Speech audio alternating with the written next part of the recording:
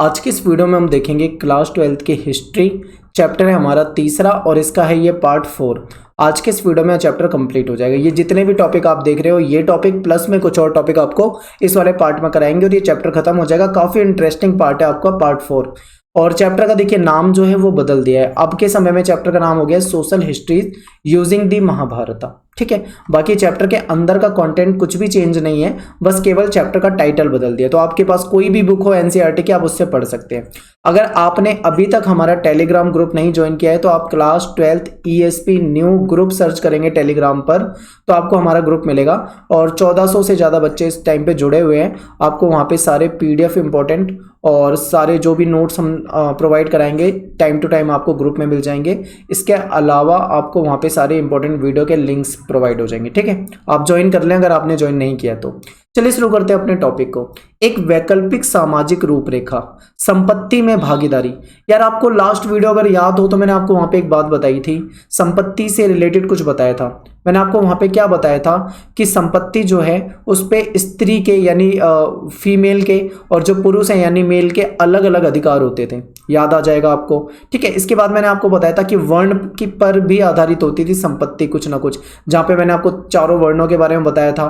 तो ये सब आपको लास्ट वीडियो में बताया था। इसमें आप देखिए आप ये सोचिए, आपके सामने एक अगर सवाल रखा जाए कि आप समाज में प्रतिष्ठित व्यक्ति किसे मानेंगे। एक ऐसा व्यक्ति जो बहुत अमीर है, मान लीजिए एक ऐसा व्यक्ति है जो बहुत अमीर है, आप उसे प्रतिष्ठित मानेंगे, या एक ऐसा व्यक्ति जो ज्यादा अमीर तो नहीं है पर वो बहुत ही अच्छा है, दानशील है, लोगों को दान वगैरह करता है, जरूरतमंद को चीजें दान देता है और बहुत ही दयालु है, या आप उसे प्रतिष्ठित मानेंगे? तो जाहिर सी बात है आप उसे प्रतिष्ठित मानेंगे जो दयालु है, दानशील है। ठीक है, पैसा कोई किसी को प्रतिष्ठित नहीं बनाएगा। तो ऐसा ही कुछ महाभारत काल में भी था। देखिए यहाँ पे क्या कहा जा रहा है, कहने की समाज में सदैव वही व्यक्ति प्रतिष्ठित नहीं होता जिसके पास ज्यादा संपत्ति हो, बल्कि प्रतिष्ठित व्यक्ति ऐसा होता है जो दानशील हो, लोगों को दान देता हो, जो दयालु हो, लोगों की सहायता करता हो। ठीक है, ऐसे व्यक्ति को प्रतिष्ठित माना जाता था, सम्मानित माना जाता था।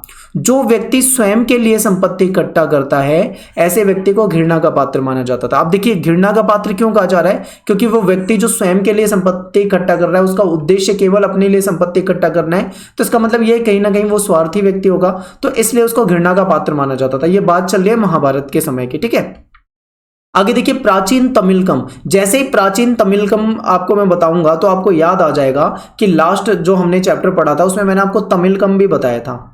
ठीक है, ये जो दक्षिण भारत का जब हम मैप बनाते हैं तो नीचे का कुछ हिस्सा जो है आप देखोगे दक्षिण भारत में वो तमिलकम वाला हिस्सा है, यानी तमिलकम यानी कि दक्षिण भारत। ठीक है, आगे मैं आपको बताऊंगा तमिलकम में कौन कौन से क्षेत्र आते हैं। बट देखिए आगे प्राचीन तमिलकम जो है वहाँ वो एक ऐसा क्षेत्र है जहाँ पे ऐसे साहित्यिक लेख मिले हैं, यानी कि तमिलकम क्षेत्र में कई सारा लिटरेचर जो था वो मिला है, यानी कि काफ़ी साहित्य मिला है। और साहित्य में ऐसे कई सारी कहानियाँ लिखी हुई है कि फलाना व्यक्ति था, बहुत ही दयालु था, लोगों की सहायता करता था, तो ऐसे व्यक्तियों को प्रतिष्ठित माना गया है। तो ऐसी चीज़ें जो अभी हमने पढ़ी थी लास्ट स्लाइड में, इस वाली स्लाइड में, इनको लिखित में कहाँ पर मिला है? तमिलकम क्षेत्र में मिला है। ठीक है, ये सिंपल है, कुछ भी यहाँ पर आपको समझना नहीं है। आगे देखिए इस क्षेत्र में तमिलकम क्षेत्र की बात कर रहा हूं। ठीक है, यानी तमिलकम क्षेत्र में 2000 वर्ष पहले, लगभग 2000 वर्ष पहले अनेक सरदारियां थी। सरदारी या सुनते ही आपके दिमाग में आया होगा, अगर आपने लास्ट वीडियो देखा है तो मैंने आपको चैप्टर वाली वीडियो में बताया था चोल, ठीक है, आपको बताया था चेर और आपको बताया था पांडे। तो अब आपको याद आ जाएगा नीचे दक्षिण भारत की तरफ। तो यहाँ पे क्या था, लगभग 2000 साल पहले कई सारी सरदारियां थी, ये समृद्ध थे। ठीक है, ये सरदारियां जो थे मतलब छोटे छोटे क्षेत्रों में जिनका अधिकार था वो समृद्ध थे। और ये सरदार अपनी प्रशंसा यानी अपनी तारीफ में गाने की जगह यहाँ पे गीत शब्द ज्यादा आएगा। ठीक है, अपनी प्रशंसा में गीत लिखने वाले कवियों के आश्रयदाता होते थे। ठीक है, जो इनके प्रशंसा में गीत लिखें, कविताएं लिखें या इनकी तारीफ में प्रशस्तियां लिखें, उनको आश्रय देते थे, उनके संरक्षक बनते थे, उनकी सहायता करते थे। अब देखिए यहाँ पे मैं आपको बता देता हूँ कि वो अभी मैंने तमिलकम बताया ना आपको, तमिलकम में कौन कौन से क्षेत्र आते हैं। अब आप यहाँ से ध्यान से देखिए, भारत के दक्षिण में कुछ सरदारियों का उदय हुआ था, ये मैंने आपको लास्ट उसमें बता रखा है किसी वीडियो में। तो तमिलकम जो क्षेत्र है उसमें तमिलनाडु, वर्तमान का बता रहा हूं मैं, वर्तमान का तमिलनाडु, आंध्र प्रदेश और केरल आता है। मैं आपको फिर से बताता हूं, मान लीजिए ये भारत का मैप है। ठीक है। तो केरल आपको कहाँ पे दिखता है, इधर की साइड नीचे दक्षिण में आपको केरल दिखता है। तमिलनाडु आपको इधर की साइड कहीं दिखता होगा, इधर की साइड, ठीक है। आंध्र प्रदेश आपको इधर कहीं दिखता होगा। यानी ये जो क्षेत्र थे ये तमिलकम क्षेत्र थे, यानी प्राचीन समय में इसको तमिलकम कहा जाता था। तो तमिलकम क्षेत्र में चोल, चेर और पांडे जैसी सरदारी अस्तित्व में आई थी और ये काफी समृद्ध थी। और आपको मूर्ति वगैरह के बारे में बताया था मैंने वीडियो में कि काफी मतलब मूर्ति वगैरह इन्होंने बनाई थी। और यहाँ पे आपको ये बिल्कुल ध्यान होना चाहिए, ठीक है। यहाँ पे देखिए, यहाँ पे ए बी सी मैंने इस तरीके से बता दिया। यानी ए पे कौन है, यहाँ पे चोल है, बी पे कौन है, यहाँ पे चेर होंगे, सी पे कौन है, यहाँ पे पांडे होंगे। कुछ इस तरीके से यहाँ पे सरदारियां थी, ठीक है, तमिलकम क्षेत्र।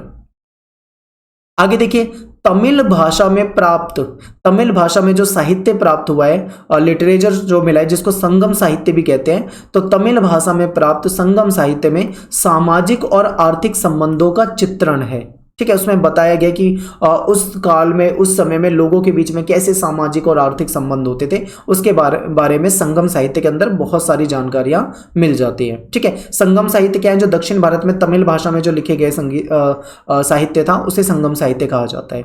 एक वर्तमान समय से एक निश्चित समय वाला साहित्य जो है।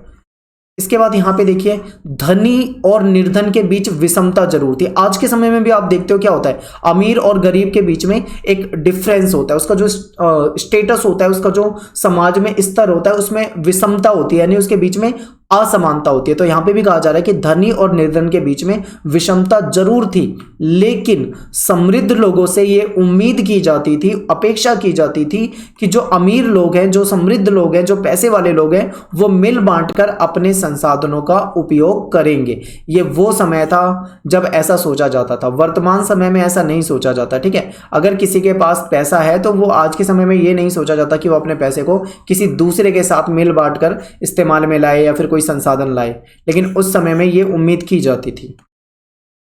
अब आगे देखिए, सामाजिक विषमताओं की व्याख्या, एक सामाजिक अनुबंध। ये जो मैं आपको हेडिंग लिख के बता रहा हूं ना, ये आपकी एनसीईआरटी के अंदर दिया हुआ है। मैं इस हेडिंग को बिल्कुल भी चेंज नहीं कर रहा हूं, बिल्कुल वैसा रखा हुआ है, ताकि आप जब एनसीईआरटी से पढ़ोगे तो आप समझ जाओगे कि कौन से पॉइंट को हम एक्सप्लेन कर रहे हैं।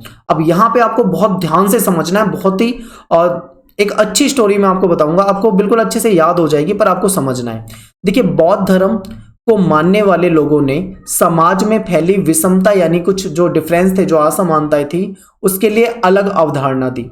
आपको पता है कि जो ब्राह्मणीय ग्रंथ थे, ब्राह्मण जो थे, ब्राह्मण क्या मानते थे, ब्राह्मण कहते थे कि ये जो वर्ण व्यवस्था है ये दैवीय व्यवस्था है, यानी इसमें जो एक को बहुत ऊंचे स्तर पे रखा है, दूसरे को उससे नीचे, तीसरे को उससे नीचे, फिर एक शूद्र है जो सबसे निचले स्तर पे रखा हुआ है, जो ये वाली स्थिति थी, ब्राह्मणों वाला ये जो मतलब सिस्टम था, जिसमें ये जिसको ये दैवीय बताते थे, इसका विरोध करते थे बौद्ध धर्म वाले। बौद्ध धर्म के क्यों विरोध करते थे, क्योंकि बौद्ध धर्म में जाति प्रथा को नहीं मानते थे। वो इस बात को भी नहीं मानते थे कि समाज में किसी को ऊंचा और किसी को नीचा माना जाए। वो समाज में सबको समान मानने की बात करते थे, और ब्राह्मणीय व्यवस्था में यह असमानता थी। तो ऐसा था, ठीक है। तो बौद्ध धर्म के जो लोग थे, उन्होंने जो समाज में असमानता फैली थी उसके लिए एक अलग ही अवधारणा दी। क्या दी, अब ये आपको समझना है। सुत्त पिटक क्या है, ये जो बौद्ध धर्म के लोग होते हैं उनका एक धार्मिक ग्रंथ है सुत्त पिटक। नाम आप याद रख पाएंगे तो आप याद रखें। सुत्त पिटक जो है उसमें सुत्त पिटक नामक ग्रंथ में एक मिथक दिया हुआ है, ठीक है, एक मिथ दिया हुआ है। मिथक को हम कह सकते हैं मान्यता, यानी एक ऐसी बात जो मान्यता चली आ रही हो, ठीक है। इसको हम प्राचीन पुराकथा भी कह सकते हैं, यानी इसको हम पौराणिक कथा भी कह सकते हैं, इसको हम कल्प कथा भी कह सकते हैं, ठीक है, इसको हम पुराण कथा भी कह सकते हैं, मतलब कई सारे इसको नाम दिए जाते हैं। और मान्यता के बारे में मैं आपको एक बात बता दूं, एक ऐसी मान्यता जिसका कोई लॉजिक हो या ना हो पता नहीं, पर उसको मतलब माना जाता है लंबे समय तक। मैं आपको एक एग्जांपल देके बताता हूं। आप सड़कों पर जाते हैं, मान लो आप सड़क पे कहीं जा रहे हो, अचानक आपके सामने एक बिल्ली आ जाए, आपका रास्ता को काट के चली जाए, तो आपके दिमाग में क्या ख्याल आएगा, समझ गए ना आप। आपके दिमाग में ये ख्याल आएगा कि ये जो हुआ है ये गलत हुआ है, बिल्ली ने रास्ता काटा, कुछ अवशगुन हो सकता है, कुछ गलत हो सकता है। अब इसके पीछे कोई लॉजिक हो या इसके पीछे कोई लॉजिक ना हो ये नहीं पता, पर हमारे दिमाग में नेगेटिव विचार आने लग जाएंगे। क्यों? क्योंकि एक मान्यता चली आ रही है लंबे समय से। हमारे दादाजी ने हमें बताया, हमारे पिताजी ने हमें बताया, हम बता रहे हैं, हम अपने बच्चों को बताते आएंगे। मतलब एक लंबी समय से, लंबे पुराने समय से एक मान्यता चली आ रही है। तो ये जो मिथक होता है ये भी एक मान्यता होती है। यानी सुत्त पिटक नामक जो ग्रंथ है उसमें एक मान्यता का वर्णन है। क्या बताया गया इसमें? इसमें कहा गया कि प्रारंभ में, शुरुआत में मानव जो था वो पूरा विकसित नहीं था, जैसे कि आज के समय में कहते हैं वनस्पति जगत भी पूरा विकसित नहीं था। यानी ये जो पेड़ पौधे हैं ये भी पूरे विकसित नहीं थे, मनुष्य भी विकसित नहीं था। सभी जीव जो थे एक दूसरे के साथ शांतिपूर्ण जगत में रहते थे, यानी सभी जगह शांति थी। मनुष्य आदिम अवस्था में था, वनस्पति भी विकसित नहीं थी, जीव जो थे शांतिपूर्ण जगत में रहते थे। ठीक है, प्रकृति से लोग उतना ही लेते थे, यानी उतना ही ग्रहण करते थे जितनी एक समय के भोजन की आवश्यकता होती है। यानी एक समय में एक इंसान को खाने के लिए जितनी चीजें चाहिए या जितना भोजन चाहिए वो उतना ही लेता था। ठीक है, जितनी उसकी जरूरत उतना ही वो लेता था। ये एक समय की बात चल रही है, ऐसा सुत्त पिटक में एक स्टोरी लिखी हुई है।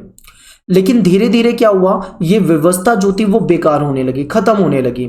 और अब जो है मनुष्य वो बहुत ही लालची होने लगा और बहुत ही कपटी हो गया। मनुष्य जो था वो लालची हो गया, कपटी हो गया। समाज में बुराइयां जो थी वो धीरे धीरे फैलने लगी।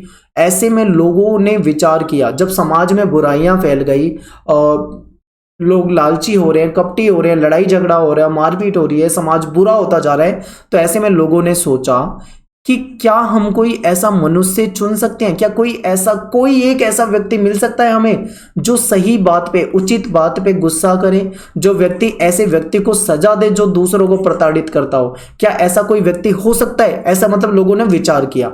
उन्होंने बोला कि ऐसे व्यक्तियों को समाज से निकाल दे वो जिसे निकालने की आवश्यकता हो, और इस कार्य के बदले हम उसको मिलकर चावल के अंश देंगे। ठीक है, अब आपको यहाँ पे देखो एक स्टोरी समझाई मैंने, आपको समझ में आ गई होगी। नहीं समझ में आई दोबारा सुनो, बिल्कुल शॉर्ट में समझाता हूं।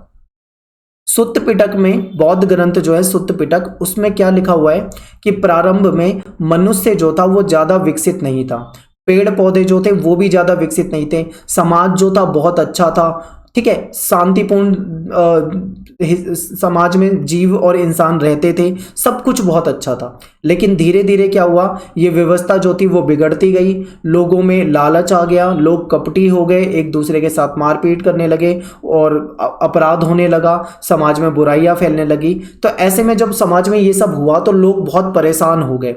लोगों ने सोचा यार इन सब समस्याओं से निपटने के लिए कुछ तो होना चाहिए। क्या होना चाहिए? इन्होंने सोचा कि काश कोई ऐसा व्यक्ति आ जाए, ऐसा कोई हीरो आ जाए या कोई सुपर हीरो आ जाए, कोई ऐसा व्यक्ति ऐसा हो जो हमें इन समस्याओं से निकाले। यानी कोई ऐसा व्यक्ति हो जो उचित बात पे क्रोधित हो और ऐसे व्यक्तियों को सजा दे जो दूसरों को प्रताड़ित करते हैं, यानी दूसरों को परेशान करते हैं, और ऐसे व्यक्तियों को समाज से निकाल दे जो जिन्हें निकालने की आवश्यकता हो, क्योंकि समाज में असामाजिक तत्व आ गए थे, ऐसे लोगों को समाज में नहीं रखना चाहिए, ऐसे लोगों को वो निकाल दे। और ऐसा कोई व्यक्ति आ जाए जो हमारी मदद करे और उसके बदले में, उसकी जो हमारी मदद करेगा उसके बदले में हम उसको चावल का अंश देंगे। अब आपको इतना समझ में आ गया होगा। यानी यहाँ पे बात चल रही है राजा की। ठीक है, यानी ये चाह रहे हैं कि कोई ऐसा अच्छा राजा आ जाए जो हम उसकी प्रजा बनकर रहें और वो हम समाज की बुराइयों से हमें निकाले और जो सजा का हकदार है उसको सजा दे, जो लोगों को प्रताड़ित करता है उस पर गुस्सा करे, उसको सजा दे, जो समाज से निकालने के लायक है उसको समाज से निकाल दे, उसके बदले में हम उसे चावल का अंश देंगे। चावल का अंश से यहाँ पे क्या मतलब है? टैक्स। यानी चावल का अंश का मतलब है टैक्स, यानी कि ऐसा राजा आ जाए जो हमारी ये मदद करे, उसके बदले में हम उसको क्या दे देंगे? कर दे देंगे। ठीक है, यानी चावल, अनाज, जो भी मतलब दे सकते हैं। तो ये है स्टोरी। अब आगे देखो, सभी लोगों की सहमति से चुना जाएगा ऐसा व्यक्ति जो राजा होगा, इसी कारण उसको महासम्मत की उपाधि प्राप्त होगी। ठीक है, महासम्मत मतलब सभी लोगों की सहमति से बनाए, इसलिए इससे ये पता लगता है कि राजा का जो पद है वो लोगों द्वारा चुने जाने पर निर्भर करता था, यानी लोग जो थे वो राजा को चुनते थे, ऐसा माना जाता है। जनता जो है वो राजा की इस सेवा के बदले उसको क्या देती है? कर देती है, टैक्स। अभी मैंने टैक्स की जगह क्या बताया था? चावल के अंश। चावल का अंश का मतलब था यहाँ पे टैक्स से। ठीक है, कुछ अनाज वगैरह टैक्स के रूप में दे दे। इससे ये प्रतीत होता है कि मनुष्य जो है स्वयं किसी व्यवस्था को बनाए रखने के लिए जिम्मेदार है और तो भविष्य में उसे बदल भी सकता है। ठीक है, समझ में आ गया आपको पूरी स्टोरी क्या थी उस बौद्ध ग्रंथ पे, और यहाँ पे आपको राजा वाली बात भी समझ में आ गई होगी। तो यहां से हमारा ये टॉपिक हो जाता है, आसान था बिल्कुल। अब देखिए क्वेश्चन जो है आपके पेपर में बहुत ज्यादा पूछा जाता है, ये मैं आपको पहले ही बता दूं, आप इसको इंपॉर्टेंट मान लीजिए और इसे समझिए। क्वेश्चन आपसे कई लैंग्वेज में पूछा जाता है, जैसे कि हेडिंग मैंने लिख दी है साहित्यिक स्रोतों का इस्तेमाल, इतिहासकार और महाभारत। अब देखिए इतिहासकार जो हैं आज से जो 500 साल, 1000 साल, 2000 साल, 5000 साल पुराना जो इतिहास निकाल लेते हैं, कैसे निकाल लेते हैं?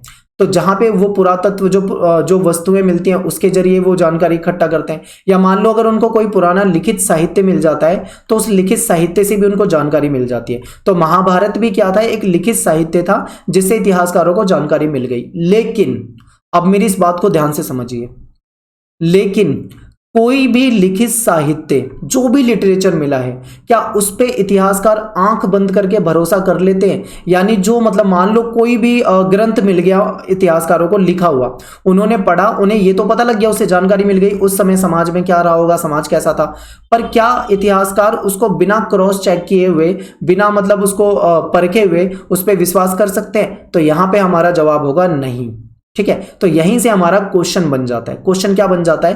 कहते हैं कि इतिहासकारों द्वारा साहित्यिक स्रोतों के इस्तेमाल के समय कौन कौन सी सावधानी बरती जाती है। यानी इतिहासकार जब उस ग्रंथ को पढ़ेंगे तो बहुत सावधानियां बरतेंगे, वो सावधानी कौन सी बरती जाती है, ये आपसे क्वेश्चन पूछा जा सकता है। या फिर मान लो इस लैंग्वेज में आपसे नहीं पूछेंगे क्वेश्चन, लैंग्वेज को चेंज करेंगे और ऐसे पूछेंगे, इतिहासकार किसी ग्रंथ का विश्लेषण जब करते हैं तो किन पहलुओं पर विचार करते हैं, यानी कि किसी भी ग्रंथ को समझने से पहले किन किन बातों का ध्यान रखते हैं। तो इसके लिए कई सारे पॉइंट है, अब आप यहां पे ध्यान से देखिए। ठीक है, मैंने आपको शॉर्ट में पॉइंट लिख दिया, आपको बहुत अच्छा लगेगा और अच्छे से समझ में आ जाएगा। तो देखिए इतिहासकार जब किसी ग्रंथ का विश्लेषण करते हैं, किसी भी ग्रंथ को देखते हैं, तो बहुत सारी चीजों का ध्यान रखते हैं। फॉर एग्जाम्पल सबसे पहले वो देखते हैं कि ग्रंथ की भाषा क्या है। ठीक है, कौन सी लैंग्वेज में वो ग्रंथ लिखा गया है। फिर क्या देखते हैं कि ग्रंथ किस प्रकार का है, ग्रंथ को लिखने वाले लेखक कौन है, लेखक जो जिसने भी लिखा उसका दृष्टिकोण यानी उसका नजरिया क्या है। फिर ये देखा जाता है कि ये जो ग्रंथ लिखा गया है वो किसके लिखा गया है, यानी उसकी जो ऑडियंस है या जो उसके श्रोता हैं, उसको पढ़ने वाले, समझने वाले, किसके लिए लिखा जा रहा है, इसका ध्यान रखते हैं। फिर ये देखते हैं इतिहासकार की वो जो ग्रंथ लिखा गया है वो कौन से समय में लिखा गया है, उसका टाइम पीरियड क्या था। और फिर ये देखते हैं कि रचना भूमि क्या थी, मतलब किस जगह पे वो ग्रंथ लिखा गया है। तो ये सारे पॉइंट आपको समझ में आ गए, बस पॉइंट आपको ध्यान रखने हैं। अब मैं इन पॉइंट को आपके सामने करूंगा एक्सप्लेन, आपको खाली हेडिंग देख लेनी है, आप हेडिंग देख चुके हैं। अब मैं चलता हूं अगली स्लाइड में और आपको एक्सप्लेन कर देता हूं एक एक पॉइंट। तो देखिए इतिहासकार जो होते हैं वो ग्रंथ की भाषा पर विशेष ध्यान देते हैं कि ग्रंथ जो है वो कौन सी भाषा में लिखा है। एग्जाम्पल के लिए पाली भाषा, प्राकृत भाषा या तमिल भाषा। अगर वो पाली, प्राकृत या तमिल भाषा में लिखा है तो इतिहासकार समझ जाते हैं कि ये तो आम लोगों की भाषा थी, ये तो मतलब जो आम जनता थी वो इस भाषा को बोलती थी, यानी ये जो ग्रंथ लिखा गया है वो आम जनता के नजरिए को ध्यान में रख के लिखा गया है या आम जनता के लिए लिखा गया है, ऐसा वो कुछ अंदाजा लगा लेते हैं। यहीं पे मान लो अगर वो ग्रंथ संस्कृत भाषा में है तो संस्कृत एक विशेष भाषा है, वो पाली, प्राकृत और तमिल जितनी आसान भाषा नहीं है, संस्कृत एक थोड़ी मुश्किल भाषा है।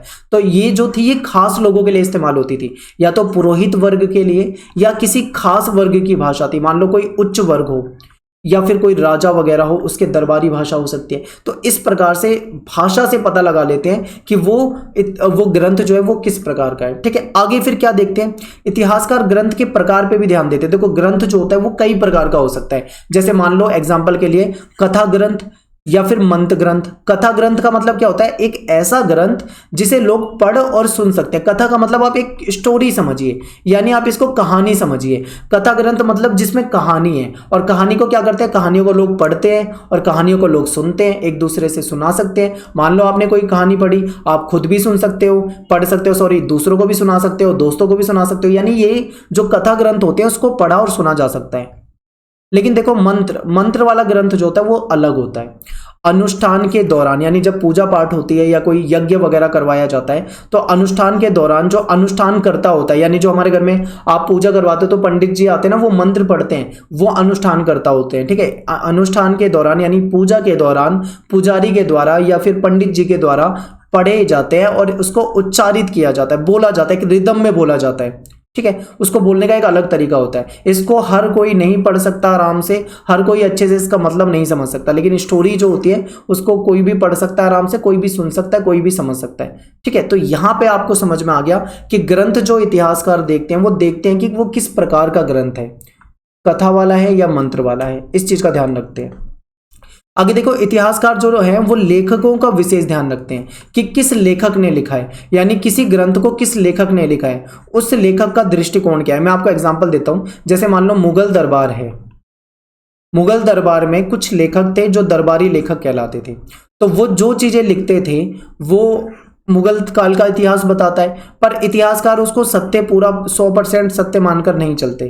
क्यों 100% सत्य नहीं मान के चलते? एग्जाम्पल, औरंगजेब जो था एक कट्टर था, उसने धर्म परिवर्तन करवाया, लाखों लोगों को मारा और ये करा, तो औरंगजेब एक मुगल शासक था। अब औरंगजेब का जो दरबारी है, यानी उसका जो मतलब लिखने वाला जो कवि है, जो भी लेखक है उसका, क्या वो कभी ऐसे लिखेगा कि औरंगजेब बहुत ही मतलब बेकार था, औरंगजेब ये था, मतलब उसकी बुराई लिख सकता है? नहीं लिखेगा। अगर वो उसकी बुराई लिखेगा तो क्या होगा, औरंगजेब उसको भी निपटा देगा। समझ गए? तो यानी कि ये जो दरबार में जो लिखते थे लेखक वगैरह, मैं आपको एक एग्जाम्पल दे के बता रहा हूं, ठीक है। वैसे ये बात ये महाभारत काल की है, पर मैं आपको मुगल काल का एग्जांपल दे रहा हूं ताकि आप समझें। तो यहां पे क्या है, तो मतलब जो भी लेखक जो लिखता है ना, वो उसका एक दृष्टिकोण होता है लिखने का, यानी वो एक तरह से इस तरीके से लिखता है कि उसे ऑडियंस से मतलब नहीं है कि सामने वाला पढ़ के उसे क्या समझेगा, उसे इससे मतलब है कि मेरे जो ऊपर वाला है, यानी जो मेरा शासक है, उसको बुरा ना लगे, यानी वो उसकी प्रशंसा लिखेगा खूब। तो कई सारे ग्रंथ जो होते हैं जिसपे 100% भरोसा नहीं करते इतिहासकार, इसीलिए उनको क्या करना पड़ता है, लेखकों का ध्यान देते हैं कि किस लेखक ने कौन सा ग्रंथ लिखा है।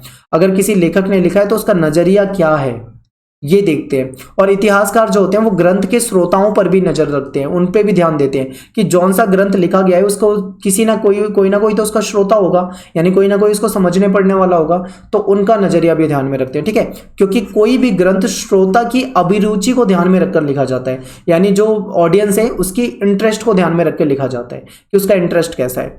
इतिहासकार जो है वो ग्रंथ के काल का भी ध्यान रखते हैं कि ग्रंथ जो है वो किस समय में लिखा गया है, क्योंकि जितना प्राचीन ग्रंथ होगा उतना ही मतलब जितना समय से ही तो पता लगेगा कि किस काल में लिखा गया है। जितना मतलब प्राचीन काल में लिखा मिलेगा ग्रंथ तो समझ जाएंगे इतना प्राचीन ग्रंथ है, इतना साल पुराना है, उस साल में ये शासक रहे होंगे, और उसके बारे में बहुत सारी चीजें पता लग जाती हैं। ठीक है, और ग्रंथ के बारे में पता लगाते हैं कि वो किस काल में लिखा गया है और उस समय की सामाजिक स्थिति क्या थी, इसको भी ध्यान में रखते हैं। तो इतिहासकार जब भी किसी ग्रंथ को अपने सामने रखते हैं तो वो उस पर आंख बंद करके भरोसा नहीं करते, वो उसको बहुत बारीकी से समझते हैं। ठीक है, वो ग्रंथ की रचना भूमि भी देखते हैं कि कौन सा ग्रंथ किस जगह पर लिखा जा रहा है, ग्रंथ को किस स्थान पर लिखा जा रहा है। ठीक है, इन सारी बातों पर विशेष ध्यान रखकर विश्लेषण करने के बाद जब इतिहासकार लगता है कि हाँ भाई मैंने बहुत डीप इसको क्रॉस चेक कर लिया है, ठीक है, मैंने इसको बहुत अच्छे से पढ़ा है, मैंने इसे बहुत अच्छे से समझने का प्रयास करा है, इसको चेक करने की कोशिश की है कि क्या ये सही है या नहीं, उसके बाद इतिहासकार क्या करते हैं, उस ग्रंथ की विषय वस्तु को, वो जो ग्रंथ था उसका जो विषय वस्तु का मतलब होता है उसका कंटेंट, उसका जो कंटेंट होता है उसके जरिए इतिहास का पुनर्निर्माण करते हैं, यानी इतिहास के बारे में लिखते हैं। तो ये मत सोचना आपके इतिहासकार को कुछ लिखित में मिल गया तो वो उस पर आंख बंद करके भरोसा कर लेते हैं। वो इन सब स्टेप से गुजरता है इतिहासकार, इन सभी स्टेप से गुजरता है, तब जाके वो किसी ग्रंथ पे भरोसा करते हैं। ठीक है, आई होप आपको मैंने बहुत ज़्यादा डीप समझाया है, आपको मेरी बातें समझ में आई होगी। समय मैं ज़्यादा ले रहा हूं पर मैं ये सोच रहा हूं कि आपको अच्छे से समझा पाऊं। आगे देखिए, भाषा एवं विषय वस्तु, यानी जो लैंग्वेज और जो कंटेंट वगैरह है महाभारत से रिलेटेड उसको देखते हैं। तो महाभारत जो है, महाभारत का जो पाठ हम इस्तेमाल कर रहे हैं वो संस्कृत भाषा में है, आप जानते हैं। और महाभारत की संस्कृत भाषा जो थी वो वेदों और प्रशस्तियों की संस्कृत भाषा से काफ़ी सरल थी। अगर मान लो वेद की संस्कृत भाषा आप देखोगे, जो वेद वाली संस्कृत भाषा है वो क्या थी, टफ थी, यानी कि वो कठिन थी। लेकिन महाभारत वाली संस्कृत भाषा आप देखोगे तो वो संस्कृत भाषा जो थी वो सरल थी। ठीक है, समझ में आ गया आपको? आगे देखिए, इसकी भाषा सरल होने का कारण इसको व्यापक स्तर पे आसानी से समझा जाता है। जब लैंग्वेज बहुत सरल होती है तो इसका मतलब ये पता लग जाता है कि उसको बड़े लेवल पे बहुत आसानी से समझ सकते हैं लोग। अब मान लो कोई भी ग्रंथ है, उसकी लैंग्वेज इतनी टफ हो तो कोई समझ ही नहीं पाएगा, लेकिन वो बहुत आसान शब्दों में हो तो सभी समझ जाएंगे। तो ये था। अब महाभारत के बारे में देख लेते हैं। महाभारत जो है ना, उसको दो हिस्सों में बांट के देखते हैं। यानी महाभारत की जो विषय वस्तु है उसको दो हिस्सों में बांटते हैं, एक तो है आख्यान और एक है उपदेशात्मक। आख्यान का मतलब होता है कहानियों का संग्रह, यानी जिससे बहुत सारी स्टोरी पता लगती हो। जैसे कि महाभारत में दो परिवारों के बारे में पता लगता है, उन दोनों परिवारों के बीच में संघर्ष पता लगता है, कैसे संघर्ष हुआ वो पूरी कहानी पता लगती है, किस प्रकार से महाभारत का युद्ध चला, कुरुक्षेत्र वगैरह जो भी आप पढ़ोगे उनके बारे में जानकारी मिलती है। यानी कि आप समझ रहे हो ना, कई सारी कहानियों का संग्रह है महाभारत। और इसके अलावा और भी बहुत सारी स्टोरी उसके अंदर मिलती है। और उपदेशात्मक का मतलब होता है एक ऐसा मतलब जिससे कि कुछ मतलब हमें शिक्षा मिले। उपदेशात्मक का मतलब है जिससे हमें कुछ सबक मिल जाए, कुछ शिक्षा मिल जाए, कुछ मॉरल वगैरह कुछ पता लगे, यानी कि सामाजिक आचार विचार के मानदंड जो है वो उपदेशात्मक में आ जाएंगे। ठीक है, तो महाभारत को दो कैटेगरी में बांट के हम देखते हैं। आगे देखिए, एक चीज और ये भी ध्यान रखिए, इसका मतलब आप ये मत समझना कि जो महाभारत है वो यहाँ पे केवल कहानियां ही हैं और यहाँ पे केवल उपदेश ही हैं। कई बार इन कहानियों से भी बहुत कुछ सीखने को मिल जाता है। ठीक है, यानी इन कहानियों से भी कई बार बहुत सारा सबक मिल जाता है और कई बार इन उपदेशों में भी कई सारी कहानियां समझ में आ जाती हैं। ठीक है, तो ये इतिहासकारों ने बांट रखा है, लेकिन बिल्कुल 100% ऐसा नहीं है जैसा आप देखते हैं। तो देखिए आगे, ज़्यादातर जो इतिहासकार हैं वो इस बात पर सहमत हैं कि महाभारत जो ग्रंथ है उसका ग्रंथ एक भाग में नाटकीय कथानक था। यानी नाटकीय कथानक का मतलब है कि एक स्टोरी टाइप का था, एक स्क्रिप्ट टाइप का था या समरी टाइप का था, कुछ इस तरीके का था। इसमें उपदेशात्मक जो भाग है ना वो बाद में जोड़ा गया है। यानी कि इतिहासकार कहते हैं कि पहले ये केवल इसमें स्टोरी टाइप की थी, स्क्रिप्ट थी, और इसमें बाद में ऐड कर दिए गई, क्या ऐड कर दिए गए, उपदेश, यानी इसमें शिक्षाएं कुछ जो थी वो बाद में जोड़ी गई है, ऐसा इतिहासकार कहते हैं। ठीक है, तो ये आपको पॉइंट याद रखने हैं। अब ये भागवत गीता आपने देखा होगा, तो जो श्री कृष्ण जो हैं वो अर्जुन को उपदेश देते हुए महाभारत का सबसे महत्वपूर्ण जो उपदेशात्मक यानी जो शिक्षा देने वाला है अंश है उसको भागवत गीता कहा जाता है। ठीक है, जहाँ पे कुरुक्षेत्र जो था, कुरुक्षेत्र की जो युद्ध भूमि जो थी, वहां पे जो श्री कृष्ण थे, भगवान श्री कृष्ण थे, वो अर्जुन को उपदेश दे रहे थे। ठीक है, अर्जुन को कई सारी उन्होंने ज्ञान की बातें बताई थी उस समय। तो ये जो है महाभारत का एक पार्ट है। अब आगे देखिए, लेखक एक या अनेक और तिथियां। एक क्वेश्चन आपके पेपर में बहुत ज्यादा पूछा जाता है कि जो महाभारत है क्या इसके जो रचयिता है यानी जो इसको लिखने वाले हैं, क्या इसको लिखने वाला कोई एक व्यक्ति है या फिर इसको कई सारे लोगों द्वारा लिखा गया है, यानी कि लिखने वाले जो रचयिता है इसके वो एक हैं या एक से अधिक हैं। एक तो ये क्वेश्चन पूछा जाता है। दूसरा, फिर इसकी तारीखों को लेकर और इस पे बहुत ज़्यादा मतलब क्वेश्चन पूछे जाते हैं। तो देखिए ये क्या था, महाभारत जो है इसको ऐसा माना जाता है कि इसको लिखने में लगभग 1000 वर्ष लगे हैं, 1000 साल लगे हैं। तो अब आप ये सोचिए कि एक ऐसा ग्रंथ जो दुनिया का सबसे बड़ा महाकाव्य माना जाता है जिसको लिखने में 1000 साल लगे हैं, क्या इस ग्रंथ को लिखने वाला कोई एक सिंगल पर्सन हो सकता है? क्या एक व्यक्ति कोई ऐसा हो सकता है जिसने 1000 साल तक कोई ग्रंथ लिखा हो? तो अब आप सोचोगे कि भाई कोई व्यक्ति कितने साल तक जी सकता है? ज्यादा से ज्यादा 100 साल, ज्यादा से ज्यादा 150 साल। ठीक है, इससे ज्यादा क्या जिएगा? तो 1000 साल तक तो कोई व्यक्ति जिएगा ही नहीं। तो क्या एक व्यक्ति इसको लिख सकता है? तो आपकी ये वाली जो संभावना है वो बिल्कुल कट जाएगी, यानी बिल्कुल भी नहीं हो सकता, ऐसा नहीं हो सकता। तो फिर क्या होता है, तो इसका ये माना जाता है कि महाभारत को जो लिखा गया था, जो मूल महाभारत थी, देखो महाभारत भी कई तरह की हैं। अब आप यहाँ पे बहुत ज्यादा बच्चे कंफ्यूज होते हैं। एक होती है जिसको मूल महाभारत कहते हैं, ठीक है, जिसको हम ओरिजिनल या फिर मूल मतलब महाकाव्य महाभारत कहते हैं, जो ओरिजिनल लिखी गई है। एक तो वो है। फिर उसके बाद उस महाभारत में कुछ एडिट किया गया, यानी कुछ कटपिट किया गया, कुछ जोड़ा गया। फिर उसके बाद उसको किसी और ने लिखा, जैसे कि महर्षि वेदव्यास जो हैं, जिन्होंने साहित्यिक रूप में महाभारत को लिखा, वो कहा जाता है। फिर कहा जाता है कि उसके बाद फिर उसका दोबारा से समालोचनात्मक संस्करण तैयार हुआ, जिसमें वो जो सूतकांकर थे उनका योगदान था। तो महाभारत जो थी, ओरिजिनल महाभारत जो थी वो अलग थी। उसके बाद उसमें कुछ और चीजें जुड़ती गई, ठीक है, किसी और ने लिखी, फिर कोई और जोड़ते गए। फिर कहा जाता है उसमें कुछ मनुस्मृति के भी पार्ट जोड़ दिए गए। तो इस तरीके से महाभारत जो था वो धीरे धीरे क्या होती गई, बड़ी होती गई और उसमें चीजें चेंज होती गई। शुरू में कहा जाता है कि महाभारत में 10,000 श्लोक थे, ठीक है। लेकिन धीरे धीरे जब महाभारत में और बहुत सारी घटनाएं जोड़ते गए जोड़ते गए जोड़ते गए जोड़ते गए, तो महाभारत में श्लोक कितने हो गए? कहा जाता है 1,00,000 श्लोक हो गए।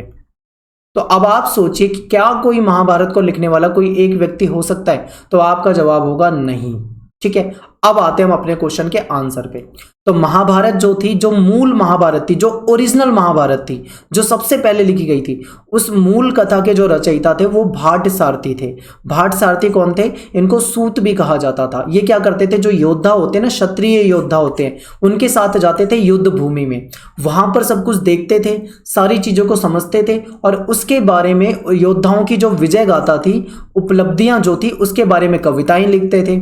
और उनकी रचनाओं का प्रेषण जो होता था, जो उनकी रचनाएं होती थी, जो भी मतलब वो कविताएं वगैरह लिखी, उसको मौखिक रूप में आगे बढ़ाया जाता था। फॉर एग्जाम्पल, अब कुछ कहानियां ऐसी होती हैं जो मौखिक रूप से चलती आ रही हैं, ठीक है, चलती आ रही है, बाद में उनको क्या किया गया?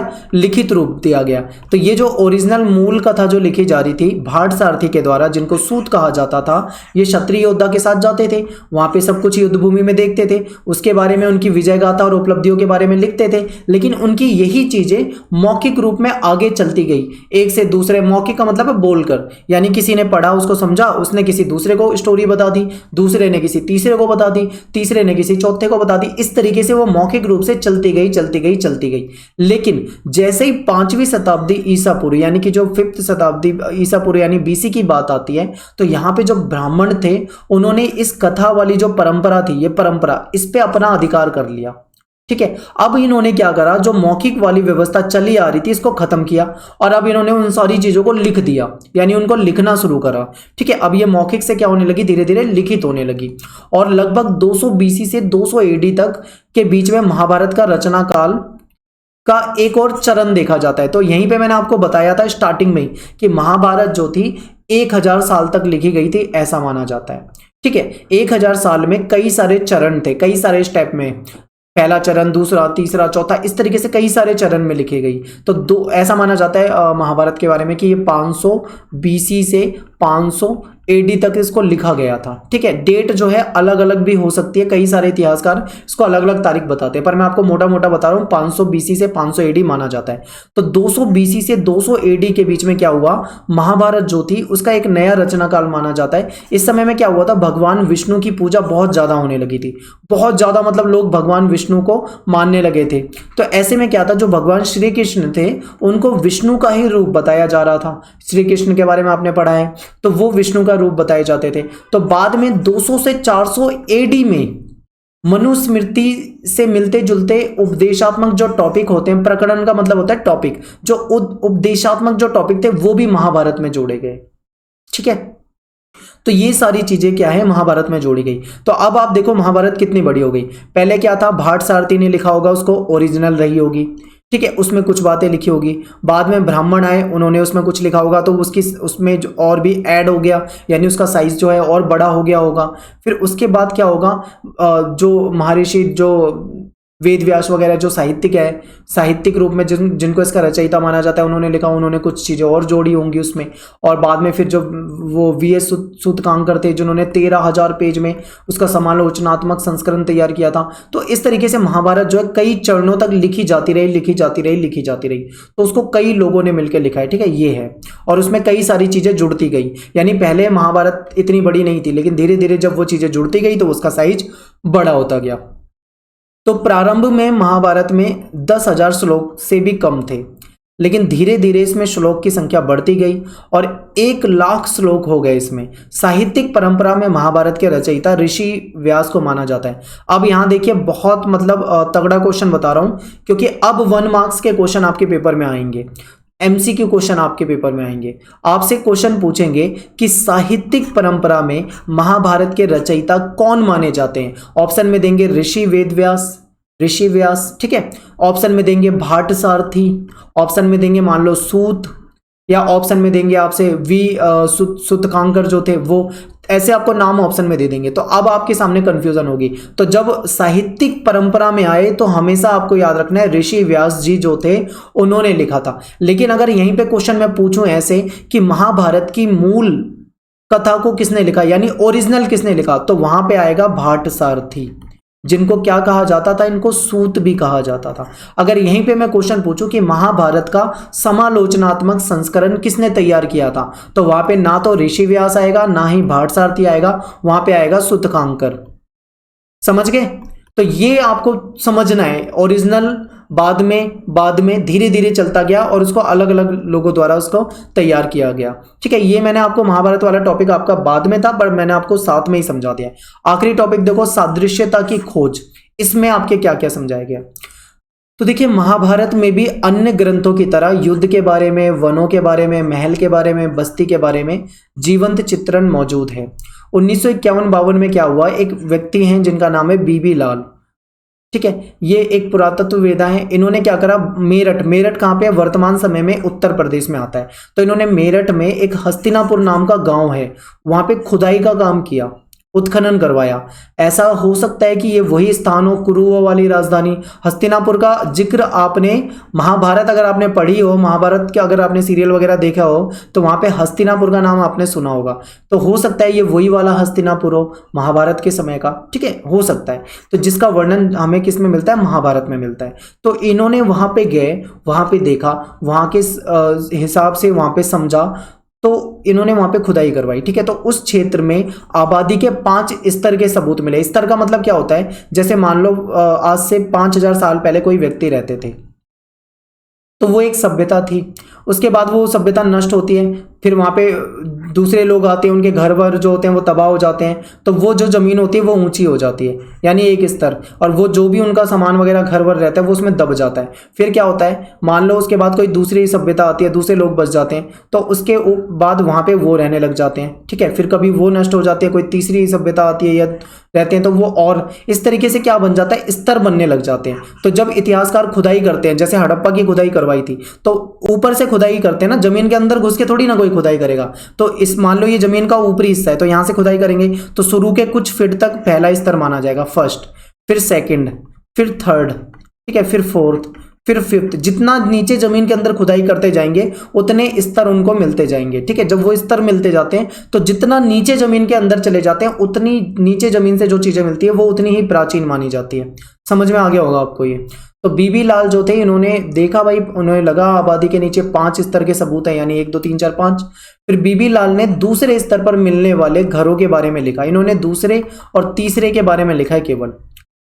इन्होंने कहा कि जिस क्षेत्र का उत्खनन, यानी दूसरे स्तर का मैं पढ़ रहा हूं, यानी इस वाले स्तर का कह रहे हैं, जिस क्षेत्र का उत्खनन किया गया वहां पे घरों को बनाने के लिए कोई परियोजना नहीं मिली, मतलब कोई योजना के तहत घर नहीं बनाए गए थे। यहाँ पर मिट्टी की बनी हुई दीवारें थी और कच्ची मिट्टी से बनी हुई मिली हैं। ठीक है, दीवारें जो थी मिट्टी की थी और कच्ची मिट्टी का इस्तेमाल किया गया है उन्हें बनाने में। ये तो था दूसरे स्तर में। और फिर कहते हैं कि सरकंडे की छाप वाली मिट्टी के प्लास्टर की खोज की गई है। यानी सरकंडा क्या होता है, सरकंडा देखो, ये जो सरपत जानते हो आप, गांव वगैरह में आप गए हो तो सरपत होता है, इसमें पतली सी लकड़ी निकलती है, उसको सरकंडा कहा जाता है। और एक होता है गन्ना, आपने गन्ना पढ़ा होगा, गन्ना आपने खाया होगा। ठीक है, गन्ना जो भी मतलब उसका रस वगैरह, जूस वगैरह निकालते हैं, तो गन्ने का आपने इस्तेमाल किया होगा। तो ये जो गन्ना होता है ये भी एक तरह से सरकंडा कहा जाता है। ठीक है, तो उन्होंने क्या कहा कि जो दीवारें वगैरह थी वो कुछ इस प्रकार से थी कि उसपे सरकंडे की छाप लगाकर उसपे मिट्टी का प्लास्टर करा गया था, मिट्टी से प्लास्टर कर दिया गया था सरकंडा वगैरह लगा के।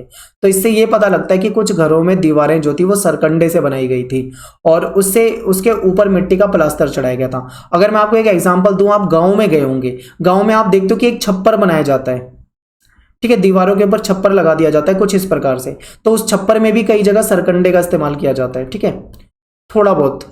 तो ये सरकंडा जो था इससे बनाया जाता था और इसके ऊपर मिट्टी का क्या कर दिया जाता था, प्लास्टर कर दिया जाता था। ये दूसरे स्तर में। लेकिन जब उन्होंने क्या करा, देखिए उन्होंने 5 स्तर पे खुदाई करी। ये पहला स्तर था, दूसरा, तीसरा, 5 स्तर बताए, चौथा और 5वां। तो दूसरे स्तर में आपको ये बताया सरकंडा था, वहां पे मिट्टी की दीवारें थी, मिट्टी की, कच्ची मिट्टी की ईंटें से बनी हुई दीवारें थी, ये बताया।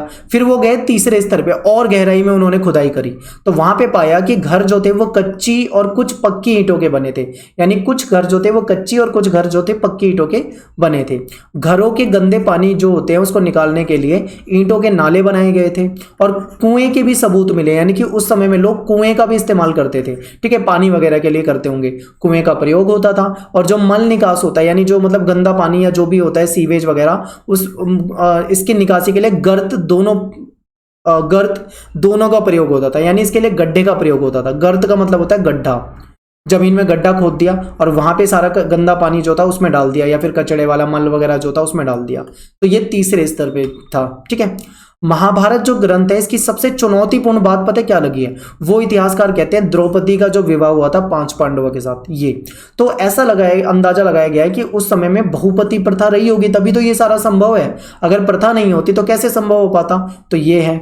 फिर ये इतिहासकार सोचते हैं और इस पे विचार करते हैं और इसके बारे में बताते हैं कि समय के साथ जो बहुपति प्रथा है ये ब्राह्मणों में अमान्य हो गई, यानी ये बिल्कुल बेकार और बिल्कुल अच्छी प्रथा नहीं मानी थी और ये खत्म होने लगी। लेकिन हिमालय के क्षेत्र वाले, अगर हिमालय के आसपास के क्षेत्र की बात करें तो वहां पे आज के समय में भी ये प्रथा प्रचलन में और तब भी प्रचलन में थी। तो फिर इसके बाद जब ये सारी बातें सामने आई तो इतिहासकारों ने दिमाग लगाया कि आखिर ऐसा क्यों था।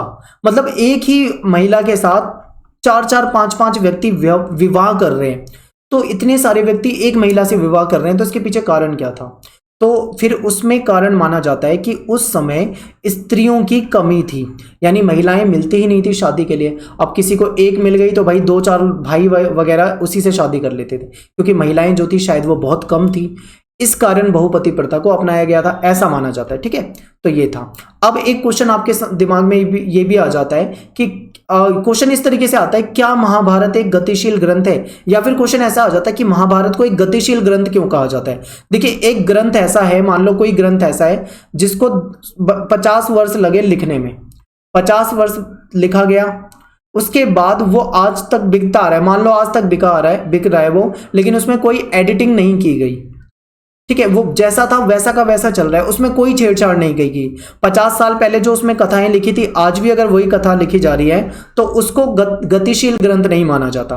गतिशील ग्रंथ किसको माना जाता है? गतिशील ग्रंथ उसको माना जाता है जो 50 साल पहले लिखा गया हो, 1000 साल पहले लिखा गया हो, 2000 साल, कितने भी साल पहले लिखा गया हो, लेकिन वो समय के साथ उसमें कुछ चीजें जुड़ती जाए और वो उसका जो मतलब जो कंटेंट होता है वो थोड़ा थोड़ा चेंज होता जाए, विषय वस्तु उसकी बदलती जाए, तो ऐसे ग्रंथ को क्या कहा जाता है?